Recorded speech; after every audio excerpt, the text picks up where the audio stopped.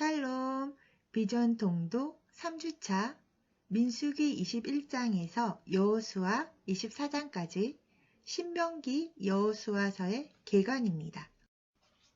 신명기 개관입니다. 신명기의 구조와 내용은 어떻게 됩니까? 신명기는 시내산 언약 1에서 26장과 새로운 언약 27에서 34장으로 구조화할 수 있으며 그 내용은 모세가 전한 세 편의 설교입니다. 두 개의 구조를 설명하자면 시내산 언약은 율법을, 새로운 언약은 모압 땅에서 받은 새로운 언약을 말합니다.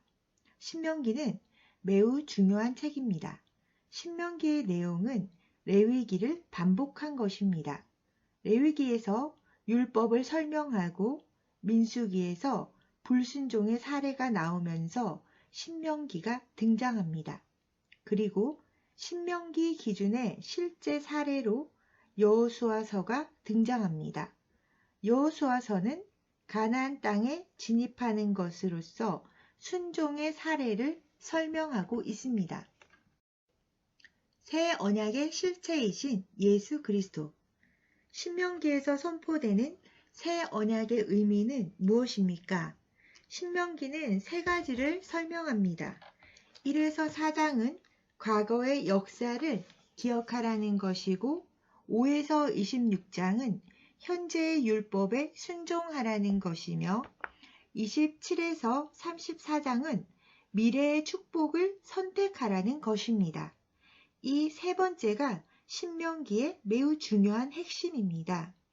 옛 언약은 행위를 통해, 새 언약은 믿음을 통해 축복과 저주로 갈라집니다. 성경은 하나님의 언약을 믿으라고 말합니다. 곧 그분이 창조주이시고 구원자이신 것을 믿으라는 것입니다. 모세의 과거 회상의 의미는 무엇입니까? 모세의 첫 번째 설교는 지난 40년 동안의 광야 생활을 회고하는 내용입니다. 이것은 옛사람, 즉 불순종한 옛사람의 자화상을 보게 합니다. 다시 말하면 하나님의 약속을 믿지 못한 것이요, 나아가 하나님을 믿지 못한 것입니다. 새 언약의 기준은 무엇입니까? 레위기는 옛 언약, 신명기는 새 언약으로 볼 수 있습니다. 먼저 아브라함에게 언약을 주시고 모세의 율법은 430년 후에 주셨습니다. 그럼에도 불구하고 모세의 율법을 새 언약이라 하지 않습니다. 신명기 29장 13절에서 말하는 아브라함의 언약을 예레미야 31장 33절에서는 새 언약이라고 표현합니다. 하나님은 시내산 율법을 주시기 전에 아브라함과 맺으신 언약으로 하나님의 백성을 구원하실 계획을 가지고 계셨습니다. 성령님을 통해서 하나님이 주체가 되어서 구원하심이 새 언약입니다. 과거 역사와 율법 교육. 광야 40년 역사의 중요한 사건은 무엇입니까? 바로 가데스 바네아에서의 12정탐꾼 사건입니다. 신명기 13에서 15장은 가데스 바네아에서의 이야기로 문화에 관한 것입니다. 하나님의 문화는 하나님의 말씀, 계명, 약속을 지켜야 하는데 지키지 못했습니다. 하나님의 약속을 불신앙적으로 고백했습니다. 하나님이 가나안 땅을 주시겠다고 하셨는데 우리 힘으로는 그 땅을 얻을 수 없다고 생각한 것입니다. 그래서 그들은 불신앙적으로 고백했습니다. 단지 여호수아와 갈렙만이 고백을 믿음으로 했을 뿐이며 나머지 10명은 그 문화에 대해서 살아내지 못한 사례를 설명하고 있습니다. 그것이 계기가 되어서 40년이라는 기간을 광야에서 살게 됩니다. 문화는 그만큼 중요한 초점을 가집니다. 신명기의 서두는 어떤 내용입니까? 모세는 신명기 서두에서 지난 광야 생활 40년을 회고합니다. 시내산에서 가데스 바네아까지는 하루 만에 갈 수 있는 거리였습니다. 그래서 불순종으로 40년을 방황해야 했던 광야 생활을 회고하면서 출애굽 2세대들에게 경계를 주는 것입니다. 첫 번째 설교의 목적은 무엇입니까? 첫 번째 설교는 과거 역사를 통해 불순종한 옛사람의 자화상을 보는 눈을 열어줍니다. 민수기의 광야 생활을 다 지나온 후 신명기 4장 10절에서 사람들이 세상에 사는 목적을 설명합니다. 그것은 하나님을 경외하게 만드는 것이고 그분을 경외하는 것이 세상 사는 목적임을 알게 하려는 것입니다. 민수기는 과거의 사건이지만 사실은 현대 교회의 이야기입니다. 그러니까 지금 우리에게 해주시는 이야기이고 나의 옛사람을 전체적으로 돌아보게 해주는 책인 것입니다. 현재의 율법과 율법의 핵심. 두 번째 설교의 목적은 무엇입니까? 두 번째 설교에서는 모세의 율법과 아브라함과 세우신 언약이 다르다는 것을 설명합니다. 신명기 5장 1에서 3절을 읽어보면 아브라함과 세운 언약과 시내산에서 세운 언약을 구분해서 설명하는 것을 볼 수 있습니다. 두 번째 설교의 핵심 내용은 복음과 율법의 차이를 설명합니다. 즉, 은혜의 복음과 행위의 율법의 차이를 알게 하려는 것입니다. 율법은 표면적 의미와 내면적 의미가 있습니다. 표면적 의미는 하나님의 백성답게 살게 하려는 것이고 내면적 의미는 율법을 통해서 예수 그리스도께 인도하는 것입니다. 현재의 율법은 하나님께서 택하신 성전에서의 제사, 구원의 근거는 예수 그리스도입니다. 율법의 핵심은 예수 그리스도이시며 율법의 요구를 이루시는 분이십니다. 현재의 율법의 요구는 무엇입니까? 신명기 10장 13절에서는 그것이 백성들의 행복을 위해서라고 말하고 있습니다. 사람이 예수를 믿어 의롭게 되는 것이고 그렇게 살아내는 것입니다. 주님의 은혜는 하나님의 요구대로, 하나님의 말씀대로 살고 싶은 마음이 불타오르는 것입니다. 신명기 12에서 16장은 택하신 곳에서 번제를 드리는 이야기입니다. 현재 율법은 구원은 예수 그리스도께만 있다는 것을 설명하기 위해 동일한 장소에서 번제를 드립니다. 이삭을 번제로 드린 모리아산, 그것은 예루살렘 지역입니다. 그 장소와 그 이후에 솔로몬 성전이 건축된 그 장소, 그리고 그곳에서 우리 예수님께서 십자가에 달려 죽으셨습니다. 여호와 이레는 이삭의 번제 사건에서 그 산에서 준비되리라 하는 뜻입니다. 모리아 산에서 이삭을 바쳤을 때 창세기 때부터 성경은 말씀하고 계십니다. 그 산에서 준비되리라. 그것은 우리 주 예수 그리스도께서 어린 양으로 바쳐질 것을 예언하고 있는 것입니다. 그래서 율법은 그 장소를 창세기 때부터 십자가 사건 때까지 동일한 장소에서 예수님이 오실 거라는 것을 가리키고 있는 것을 알 수 있습니다. 자, 율법의 핵심은 무엇입니까? 율법의 핵심은 그리스도를 통한 구원의 발생입니다. 성경에는 도피성, 중보자, 나무 십자가가 등장합니다. 사람이 죄를 짓고도 살 수 있는 방법은 도피성으로 가는 것입니다. 예수님께 피하면 예수님의 십자가 죽으심으로 하나님과 사람 사이의 관계가 화목해집니다. 이것은 예수님의 중보자 역할 때문입니다. 말씀으로 피하면 예수님께 피하면 살 길이 있습니다. 예수님은 우리의 도피성이 되십니다. 우리는 말씀으로 예수님께 피해야 하겠습니다. 순종하는 것이 살 길입니다. 새로운 언약. 세 번째 설교의 목적은 무엇입니까? 세 번째 설교에는 새 언약의 비밀이 담겨 있습니다. 얼마나 큰 비밀이 감춰져 있는지 우리에게까지 임하는 구원의 비밀이 29장 이후에 심도 있게 다루어집니다. 예수님은 우리의 죄를 감당하시기 위해 죄인의 모습으로 모진 고통을 당하셨습니다. 엄청난 죽음의 수술을 감당하시고 우리를 살려내신 것입니다. 그 맹세의 언약, 반드시 살려내겠다는 하나님의 언약, 하나님의 사랑, 곧 하나님을 경외할 수밖에 없는 비밀이 숨겨져 있습니다. 시내산 언약은 옛 언약으로서 율법을 말합니다. 이것은 모세에게 전해졌습니다. 불순종하면 저주, 순종하면 복을 받습니다. 모압 언약은 새로운 언약으로 맹세 언약인데 아브라함에게 주신 언약입니다. 여기서 옛 언약이란 무엇을 의미합니까? 옛 언약은 율법이라 할 수 있습니다. 로마서 8장 3절은 율법, 옛 언약으로는 육신이 연약해서 절대로 구원을 발생시킬 수 없다고 말씀합니다. 하나님은 여호수아에게 가나안 땅을 정복하면 그리심산에서는 축복을, 에발산에서는 저주를 선포하라고 명령하셨습니다.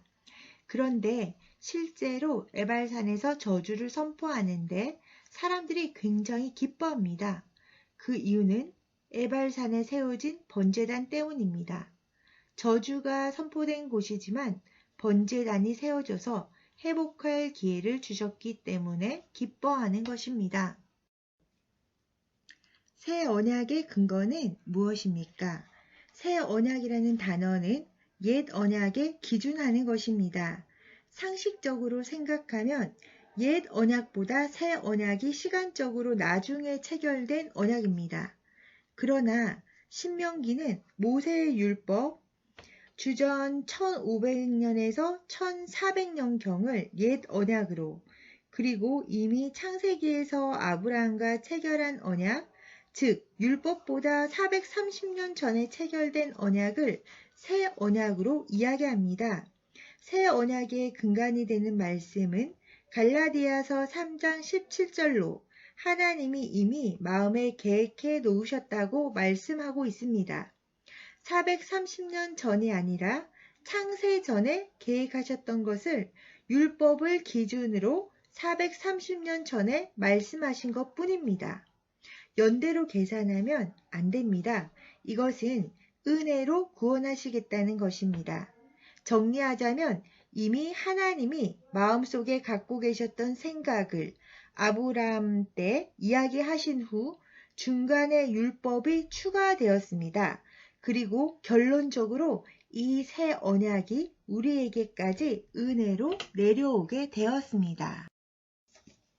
신명기 설교의 핵심은 무엇입니까? 신명기의 설교의 핵심은 하나님 경외의 비밀을 알게 하는 것입니다. 하나님을 어떻게 경외할 수 있습니까? 신명기를 복음으로 설명하자면 하나님은 여호와를 경외하고 그분을 사랑할 것을 요구하십니다. 신명기 10장 12절. 이는 그들 곧 여호와를 경외하고 사랑하는 자들의 행복을 위해서 요구하시는 것입니다. 신명기 10장 13절. 이를 행하기 위해서는 마음의 할례를 행해야 합니다. 신명기 10장 16절. 성경은 사람들이 세상을 살아가는 목적이 사는 날 동안 하나님을 경외하는 것이라고 설명합니다. 그런데 이것은 복음이 아니면 할 수 없습니다. 그러면 핵심은 무엇입니까? 바로 신명기 30장 6절 말씀에 있습니다. 내 하나님 여호와께서 내 마음과 내 자손의 마음에 할례를 베푸사 너로 마음을 다하여 뜻을 다하여 내 하나님 여호와를 사랑하게 하사 너로 생명을 얻게 하실 것이며 신명기 30장 6절 말씀입니다. 하나님이 주어입니다. 하나님이 우리를 구원하시겠다는 것입니다. 구원의 삶, 순종의 삶도 하나님이 하게 만드시겠다는 것입니다. 이것이 복음입니다. 로마서에서는 무릇 표면적 유대인이 아니요 표면적 육신의 할례가 아니니라. 오직 이면적 유대인이 유대인이며 할례는 마음에 할지니 영에 있고 율법 조문에 있지 아니한 것이다. 그 칭찬이 사람에게서가 아니요 다만 하나님에게서니라. 로마서 2장 28에서 29장 이렇게 말씀하십니다. 하나님이 마음의 할례를 베푸사 우리를 사랑하게 만드시겠다는 것입니다. 계명을 지키게 만드시겠다는 것입니다. 이것이 새 언약의 비밀, 하나님을 경외하는 비밀이 숨겨져 있는 신명기의 매우 중요한 요점입니다. 여호수아 계관입니다. 여호수아서의 핵심 구조는 무엇입니까? 여호수아서는 정복전쟁, 여호수아 1에서 12장과 기업분배 13에서 24장으로 나눌 수 있지만 내용적으로는 서론 1에서 5장, 본론 6에서 12장, 결론 13에서 24장으로 나눌 수 있습니다. 결국 정복전쟁을 치르는 이유는 기업분배이며 기업분배는 참 안식을 예표합니다. 히브리서 4장 3절 8에서 9절 말씀입니다. 가나안 땅의 진정한 정복자는 누구십니까? 이스라엘 백성이 여호수아를 앞세워 가나안 땅을 정복했지만 여기서 중요한 것은 하나님이 직접 정복하시겠다고 말씀하셨다는 것입니다. 어떻게 정복하십니까? 하나님의 사자가 먼저 건너가서 정복하겠다고 하십니다. 이는 이미 40년 전 출애굽기에서 말씀하신 것입니다. 출애굽기 23장 20절 23절 신명기 31장 3절에서도 동일하게 여호와께서 너보다 먼저 건너가사 이 민족들을 내 앞에서 멸하시고 라고 말씀하십니다. 여기서 여호와의 사자는 예수 그리스도를 의미하고 있습니다. 정복전쟁, 모세오경과 여호수아서의 연결점은 무엇입니까? 창세기에서 아브라함에게 언약하신 약속을 근거로 출애굽하고 레위기의 율법으로 구원받는 것이 아님을 민수기를 통해 증명하신 후 신명기에서 새 언약인 아브라함의 언약을 근거로 요단강을 건너 여호수아서로 가게 됩니다. 가나안 땅을 정복한 여호수아는 예수 그리스도의 예표가 됩니다. 기업분배 시 도피성을 만든 이유는 무엇입니까? 12지파에게 분배된 가나안 땅은 42개 성읍과 6개의 도피성으로 구성되어 있습니다. 사람이 죄를 범하고도 살 수 있는 방법은 도피성으로 가는 것입니다. 예수님은 우리의 도피성이 되십니다. 구원은 예수 그리스도에게 있습니다. 예수님께서 십자가에서 죽으심으로 하나님과 사람 사이의 관계를 화목하게 만드셨습니다. 바로 예수 그리스도가 중보자가 되어주시는 것입니다. 땅 분배는 안식을 의미합니다. 예수님의 재림시 영적 가나안 땅, 새하늘과 새 땅에서의 안식을 예표하고 있습니다. 정복 전쟁을 통해서 하나님이 원하시는 것은 무엇입니까? 하나님은 순종의 삶을 살기 원하십니다. 순종을 통해서 여리고 성이 무너진 것은 맞습니다. 하지만 순종 때문에 가나안 땅에 들어간 것은 아닙니다. 하나님은 이미 이스라엘 백성에게 땅을 허락하셨습니다. 그리고 믿음을 통해서 이스라엘에게 순종의 삶을 요구하십니다. 이것은 구원의 삶을 말합니다. 왜냐하면 여리고 성이 무너지든 안 무너지든 상관없이 하나님이 이미 쫓아내겠다고 말씀하셨기 때문입니다. 이것은 구원을 전제한 것입니다. 결국 영적인 싸움에서 순종만이 승리할 수 있음을 보여주는 것입니다. 전쟁 준비. 왜 전쟁을 치르기 전에 할례를 행합니까?